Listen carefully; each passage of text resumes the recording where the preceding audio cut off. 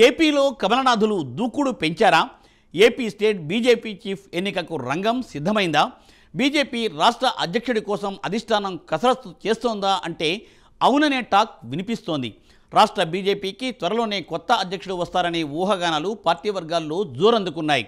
రేసులో ఇద్దరు కీలక నేతలు ఉన్నట్లుగా తెలియవస్తోంది. అయితే ఏ క్షణంలోనైనా ఢిల్లీ నుండి ఒక ప్రకటన వచ్చే అవకాశాలు కూడా ఉన్నాయంటున్నారు. పార్టీ హైకమాండ్ ఏం చేస్తుందో, ఎవరి వైపు మొగ్గు చూపుతుందో అని ఉత్కంఠభరితంగా చూస్తున్నారు అందరూ. ఏపీ అధ్యక్ష పదవి ఇంతకు ఎవరిని వరించనుంది? మరి కమలం పార్టీ ఆకర్ష్ ఎంతవరకు పనిచేస్తుందో ఓ లుక్కేద్దాం.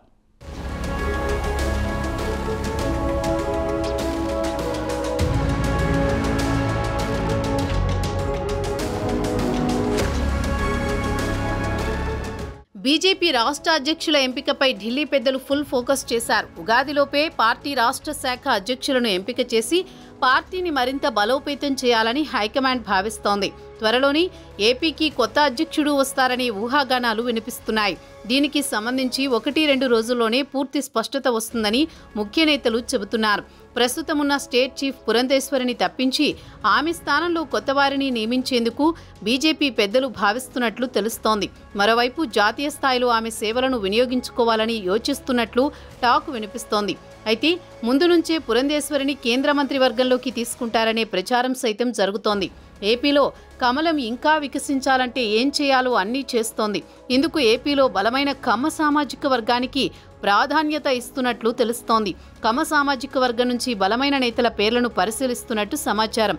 ఇందులో భాగంగా ఆ వర్గానికి ఫుల్ ప్రయారిటీ ఇస్తూ వస్తున్నట్లు రాజకీయ విశ్లేషకులు చెబుతున్నారు. ఏపీ బీజేపీ నుంచి కేంద్ర కేబినెట్లో మరొకరికి ఛాన్స్ ఇచ్చే అవకాశం ఉంది. ఈ నేపథ్యంలోనే పురంధేశ్వరిని అధ్యక్ష బాధ్యతల నుంచి తప్పించి కేంద్ర మంత్రి పదవి ఇస్తారనే ప్రచారం జరుగుతోంది.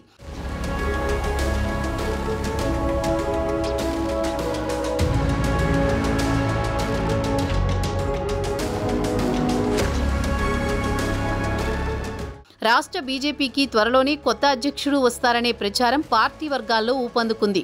దీనికి సంబంధించి 1-2 రోజుల్లోనే పూర్తి స్పష్టత వస్తుందని ముఖ్య నేతలు చెబుతున్నారు. తాజాగా కేరళ పార్టీ అధ్యక్షుడిగా రాజీవ్ చంద్రశేఖర్ను నియమించడంతో ఈ ఊహాగానాలకు బలం చేకూరుతోంది. ఈ క్రమంలో ఏపీ బీజేపీ స్టేట్ చీఫ్ కోసం పలువురి పేర్లు వినిపిస్తున్నాయి. ఇందులో సోము వీర్రాజు, మాజీ ఎమ్మెల్సీ మాధవ్ పేర్లను పార్టీ అధిష్టానం పరిశీలిస్తోంది. వీర్రాజుకు పార్టీ పెద్దలతో మంచి సంబంధం ఉంది. అంతేకాకుండా పార్టీ సిద్ధాంతాలు, హిందుత్వ భావాలు ఉన్నాయి. అంతకుమించి గతంలో ఆయన పార్టీ అధ్యక్షుడిగా చేసిన అనుభవాలు ఉన్నాయి. దీంతో వీర్రాజుకు బీజేపీ రాష్ట్ర శాఖ పగ్గాలు అప్పగించే అవకాశాలు ఎక్కువగా ఉన్నాయి. దీంతో ఆయన ఢిల్లీ స్థాయిలో ప్రయత్నాలు చేస్తున్నారనే ప్రచారం జరుగుతోంది.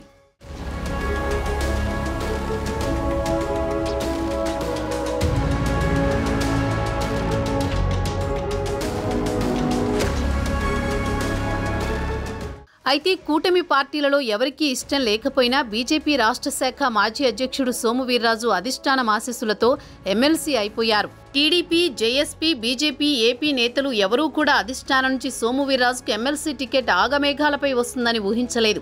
చివరి నిమిషంలో కమలం సోము వీర్రాజు పేరు ప్రతిపాదించి అంతే వేగంగా టీడీపీ అధినేత ఏపీ సీఎం చంద్రబాబు చేత ఆమోదముద్ర వేయించుకుని తెలంగాణ నుంచి ఓ విమానంలో సోము పేరు మీద బీఫామ్ను, హస్తిన నుంచి మరో విమానంలో బీజేపీ ఏపీ అధ్యక్షురాలు పురంధేశ్వరిని అమరావతిలో ల్యాండ్ చేసింది.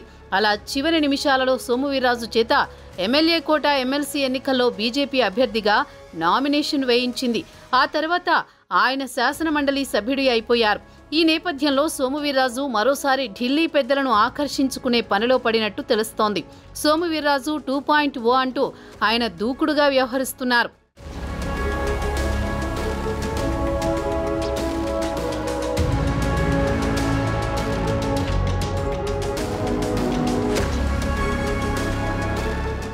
రాష్ట్రంలో బీజేపీ విస్తరించాలంటే ఇదే తగిన సమయంగా ఆ పార్టీ పెద్దలు భావిస్తున్నట్లు తెలుస్తోంది. కేంద్రం, రాష్ట్రాల్లో అధికారంలో ఉండడంతో ఇతర పార్టీల నుంచి నేతలను ఆకర్షించాలని చూస్తున్నారంటున్నారు. ఏపీలో ప్రస్తుతం టీడీపీ, వైసీపీ, జనసేన పార్టీలు బలమైన స్థానంలో ఉన్నాయి. కాంగ్రెస్, వామపక్షాలు కూడా కొందరు నేతలు ఉన్నా వారి ప్రభావం చెప్పుకోదగ్గ స్థాయిలో లేదంటున్నారు.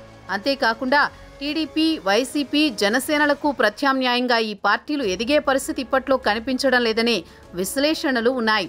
దీంతో ప్రభుత్వంలో కొనసాగుతూనే బలమైన ప్రత్యామ్నాయంగా తెలంగాణలో మాదిరిగా ఏపీలోనూ ఎదగాలని కమలం పెద్దలు ప్రణాళికలు వేస్తున్నారు. ఈ నేపథ్యంలో పార్టీని క్షేత్రస్థాయిలో బలోపేతం చేసే లీడర్ను వెతికే పనిలో పడ్డారట పార్టీ పెద్దలు. పార్టీ చీఫ్ సెలక్షన్ విషయంలో లేట్ అయినా మంచి నాయకునికే పదవి ఇవ్వాలని భావిస్తోందట బీజేపీ అధిష్టానం.